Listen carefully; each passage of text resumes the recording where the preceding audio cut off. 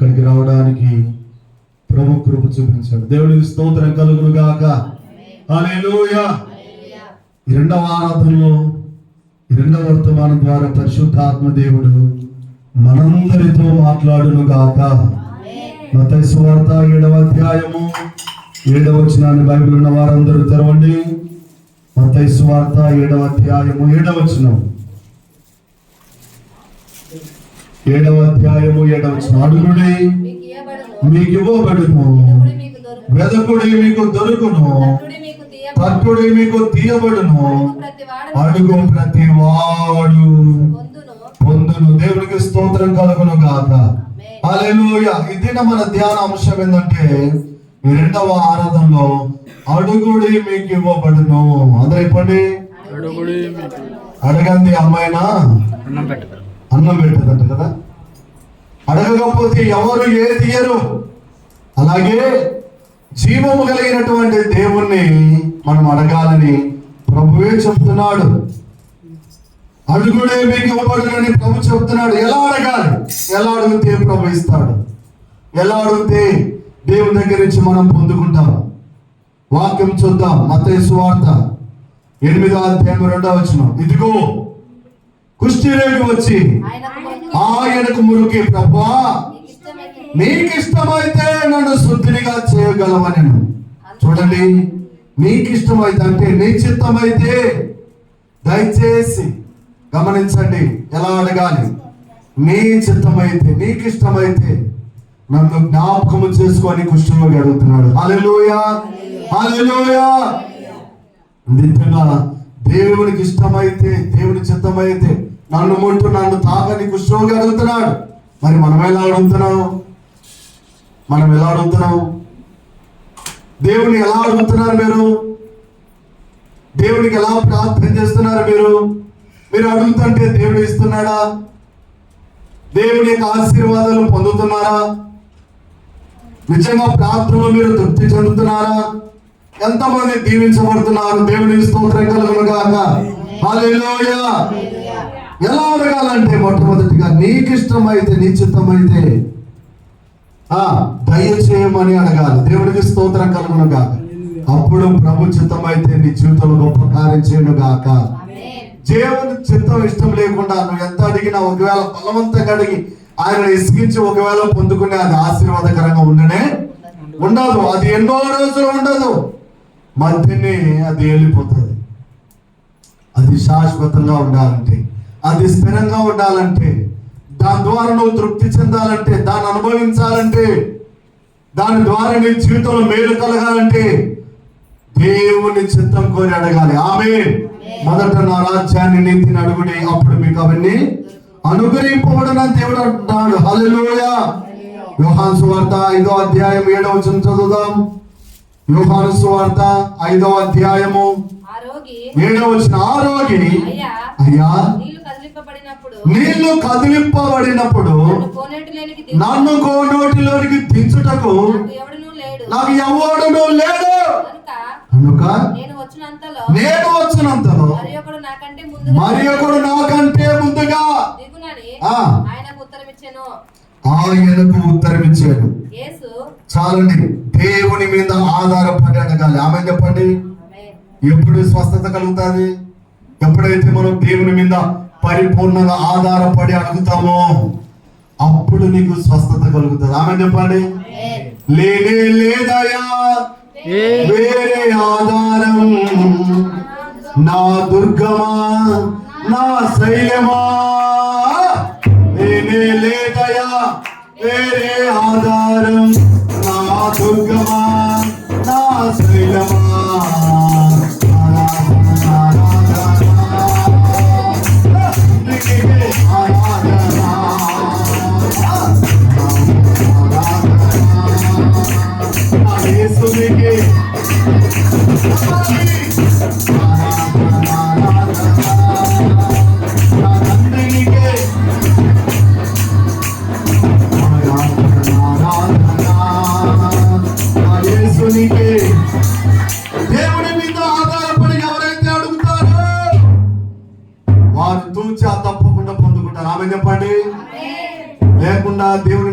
ఆధారపడకుండా నీ దురుద్దేశంతో నువ్వు అడిగినావు అనుకో, ఏ ఒక్కటి పొందుకోలేవు. నీ ఆశలన్నీ నిరాశలు అయిపోతాయి.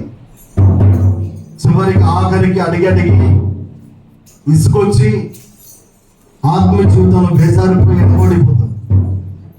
ఏం దేవుడితే ఇంత ఎప్పుడు అడుగుతున్నాను, ఏది పొందుకోలేకపోతున్నా. వాళ్ళకే చేస్తున్నాడు దేవుడు, నా జీవితంలో చేయడం లేదు అని ఇసుకొస్తుంది.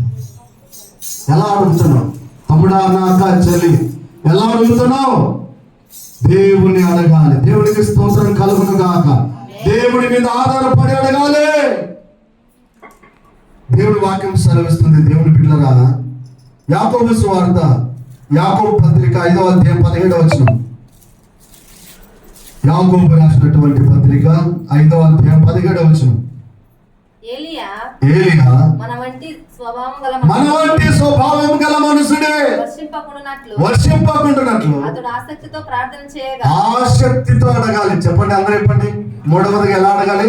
ఆసక్తితో అడగాలి. కొంతమంది ఆసక్తి ఉండదు. ఆసక్తితో దేవుని అడగాలి. ఆమె చెప్పండి.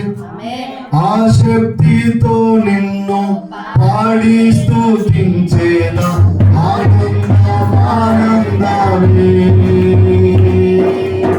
ఆశ్చర్యమే ఆశ్చర్యమే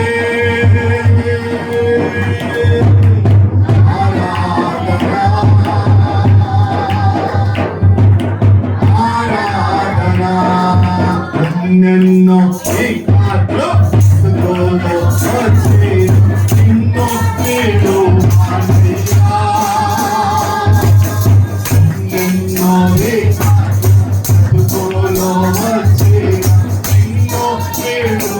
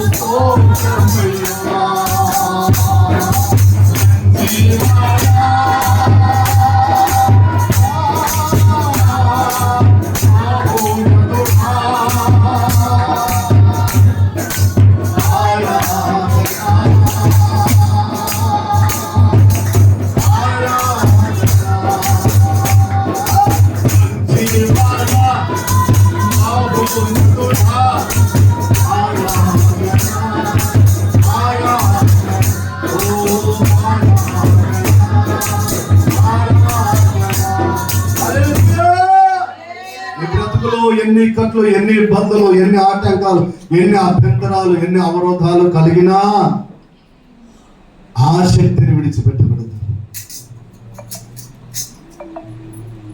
ఆసక్తితో నువ్వు ప్రార్థన చేయాలి. ఆమె చెప్పండి, ఎలా చేయాలి? ఆసక్తితో. నా ప్రియమైనటువంటి దేవుని బిడ్డలు, నువ్వు ప్రార్థించినప్పుడు, నువ్వు దేవుని అడిగినప్పుడు ఖచ్చితంగా నువ్వు పొందుకుంటావు. ఆమె చెప్పండి. హల్లెలూయా, హల్లెలూయా. రోమపత్రిక 12వ అధ్యాయం 12వ వచనం. దేవుని పరిశుద్ధ గ్రంథములో నుండి 12వ అధ్యాయం 12వ వచనం. నిరీక్షణ గలవారు వారై సంతోషించుచు శ్రమయందు ఓర్పు కలవారై ప్రార్థనయందు పట్టుదల కలిగి అడగాలి. నాలుగోది ఎలా అడగాలి? పట్టుదల. ఎలాంటి పట్టు? బా వాడు పత్తి ఉడుము పట్టు రావండి అంటారు చూడండి. వాళ్ళకి ఎలాంటి పట్టుట? ఉడుము పట్టు. పట్టులలో అనేక పట్లు ఉన్నాయి. ఉడుము పట్టు వేరు. రాజుల కాలంలో ఏదైనా పెద్దది ఒక కొండను ఎక్కాలన్నా, లేకపోతే పెద్ద అపార్ట్మెంట్ ఎక్కాలన్నా ఉడుముకు నడుముకు తాడు కట్టి దాన్ని పైకి విసిరేసేవాళ్ళంట. అది పోయి అలా కలుసుకునే దాన్ని పట్టుకుని ఎక్కేవాళ్ళంట పైకి. మనసు దేవునికి స్తోత్రం కలుగును గాక. ఎలాంటి పట్టు చూడండి, ఎంత గట్టిగా పట్టుకుని ఉండాలి అది. హల్లెలూయా. అది ఒక రాత్రికి అలా పట్టుకుంటే గట్టిగా నువ్వు విడిపించుకోలేవు దాన్ని. అది ఉడుము పట్టు అంటే. అలాంటి పట్టుదలతో కలిగి యాకోబు ప్రార్థన చేశాడు. ఆమె చెప్పండి. హల్లెలూయా. యాకోబు అనగానే మోసగాడు పట్టుదల గల ప్రార్థన చేసి మనసిరి గల వాడైపోయాడు. నమ్మిన వారందరూ చప్పట్లు కొట్టి దేవుని నామాన్ని మహిమపడతాం. దేవునికి స్తోత్రం కలుగును గాక. హల్లెలూయా, హల్లెలూయా. నా ప్రియమైనటువంటి దేవుని బిడ్డలారా, పట్టుదల కలిగి అడగాలి. ఎలా అడగలమ్మా? కొంతమందికి పట్టుదలనే ఉండదు. సేలలో చూపించమంటే పట్టుదల ఆడ చూపిస్తారు. మిరకాయల కాడ కోత కోసేటప్పుడు నాట్లలో నేను ముందా ఆడున్నటువంటి పట్టుదల ప్రార్థన ఉంటే బాగుపడవా? ఆశీర్వాదం పొందవా? ఆరోగ్యం పొందవా? కార్యాలు జరగవా? దేవుని సన్నిధిలో పట్టు నీకుందా? దేవుని సన్నిధి అంటే నిర్లక్ష్యం, దేవుడు అంటే భయములేనితనం. దేవుని సన్నిధిలో గొడతాడుతున్నావా? యాకోబు మాదిరి దేవుని సన్నిధిలో పట్టుదల కలిగి నిరీక్షణ కలిగి దేవుడు నాకు ఇస్తాడు, ఆయన ఉన్నాడు, ప్రార్థించే వారికి అను ప్రతిఫలము దయచేవాడని నమ్మి అడుగుతున్నావా? లేకపోతే అడుక్కుండితో అడుగుతున్నావా? అడుక్కునే వాళ్ళకి చూడండి ఓపిక తక్కువ. ఆమె ఏదో ఒక పని చేసుకుంటుంటది, పాప అమ్మా పిచ్చమని అడుగుతుంది. ఈమె తీసుకొచ్చి వాకిలి కాడికి నడిచి వచ్చి తీసుకొచ్చే లోపు ఆమె గోపిక తెచ్చిపోయి ఇంకొక కొంప కాడికి వింటది, ఇంకొక వాకిలి కాడికి అమ్మా తెచ్చామన్నమాట. ఈడ పొందుకోలేదు, ఆడ పొందుకోలేదు. ఎంత వస్తుంది దీవెన? తమ్ముడా, అన్న, చెల్లి, తమ్ముడు, అక్క, పట్టుదల కలిగి అడగండి. ఆమె చెప్పండి. హల్లెలూయా, హల్లెలూయా. లూకా సువార్త 18వ అధ్యాయము మొదటి వచనం. లూకా సువార్త 12:18వ అధ్యాయం మొదటి వచనం. వారు విసుకక నిత్యము ప్రార్థన చేయుచుండాలి. ఏ ఉపమానం చెప్పాడు? ఏమని? దేవునికి భయపడకయు, మనుషులను లక్ష్య పెట్టక ఉండు. ఒక న్యాయాధిపతి ఒక పట్టణంలో ఉండెను. ఆ పట్టణంలోనే ఆ న్యాయాధిపతి యొక్క పట్టణంలోనే ఒక విధవరాలు ఉండెను. తరచుగా వచ్చినప్పుడల్లా ఏదో ఒక ప్రతివాది సాగు చెబుతూ ఏదో ఒక చెప్పుకుంటూ పోతా ఉన్నాడు. న్యాయమైతే తీర్చడం లేదు, కానీ ఈమె మాత్రం విసుగుపడలేదు. వెళ్తూనే ఉంది. మా రేపు రాబో అంటే వెళ్తుంది, మళ్ళా రేపు వస్తుంది. మళ్ళా రేపు రాబో. ఎన్ని రోజులు చెప్తాడండి? ఏ మనిషి అయినా అన్న ఎన్ని రోజులు చెప్తాడు? చెప్పి వానికి ఆస్తికి వచ్చి ముఖం దాపెట్టుకుంటాడు. ఆమె వస్తుంటే మళ్ళీ ఏం చెప్పాలి? రోజు విసుగక దేవునికి స్తోత్రం చెప్పండి. ఎంతో మంది ప్రార్థనలు విసిగిపోతుంటారు. ప్రార్థన రావడానికి ఇసుకు, అవును కదా? పనికి వెళ్తేప్పుడు ఇసుకుపడరు, ఎందుకంటే ఎక్కువ వచ్చారు కదా, అవును కదమ్మా? ఎక్కడికైనా వెళ్తున్నప్పుడు ఇసుకుపడరు. ఎగేసుకోండి. పుట్టింటికి వెళ్తేప్పుడు చూడండి, బా అన్నీ మర్చిపోతుంటారు. ఎందుకు? ఆనందం ఎక్కువ. అక్కడ ఉన్నటువంటి ఆసక్తి మళ్ళీ ఇక్కడ ఉంటే ఎందుకు బాగుపడడం? దేవునికి స్తోత్రం కలుగును గాక. విసుకాక దేవునికి స్తోత్రం కలుగును గాక. హల్లెలూయా.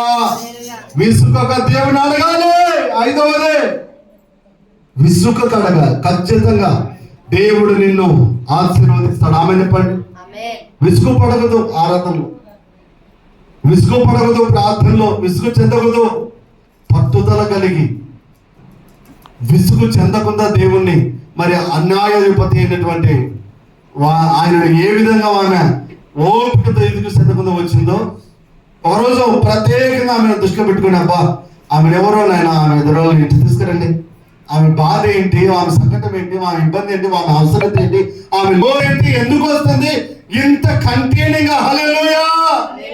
ఎవరైనా రేపు రాబోయే 3 రోజులు తిప్పుకుంటేనా మరలా 90 రోజులు రారుగా, అవును కదా? ఏదో ఒక రోజు నా చూసుకొచ్చలేదని ఏమైంది? ప్రతి రోజు వస్తుంది.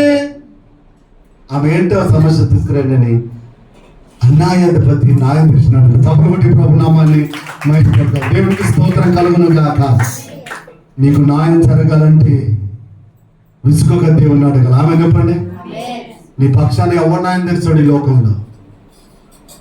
హల్లెలూయా. డబ్బు ఉంటే ఒక రకంగా, డబ్బు లేకపోతే ఇంకొక రకంగా. ఆరోగ్యం ఉంటే ఒక రకంగా, ఆరోగ్యం లేకపోతే ఇంకొక రకంగా. నిన్ను చూసేది మీ వారు. అవును కదా?